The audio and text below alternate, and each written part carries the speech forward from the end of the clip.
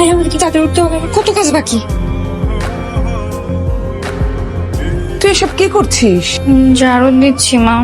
আর তাছাড়া সকালবেলায় তো এই জায়গাটা ঝাড়ু দেওয়া হয়ে গেছে। এখানে ময়লা নাই না, তাহলে আমি ঝাড়ু দিচ্ছি কেন?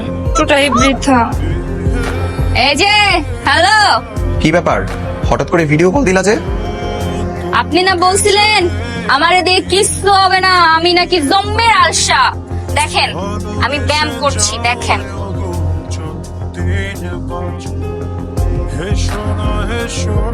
মৌ, দেখো কাণ্ড, ঘুমাচ্ছে এখন। মৌ, তুমি কি শুনতে পাচ্ছ? কি আবার কল দিচ্ছ কেন? তখন তো ঘুমিয়ে গেলা। এই দেখেন রান্না করতেছি, রান্না দেখছেন? কি ব্যাপার? তুমি রান্না করে ভালো কথা, কিন্তু পিছনে চেয়ার কেন? তুমি কি চেয়ারে বসে বসে রান্না করবা? ওই যে রান্না করতে করতে যদি মাঝে মধ্যে হাঁপিয়ে যায়, আমি তো বেশিক্ষণ দাঁড়িয়ে থাকতে পারি না, এই জন্য রেস্ট নেওয়ার জন্য চেয়ার নিয়ে আসছি।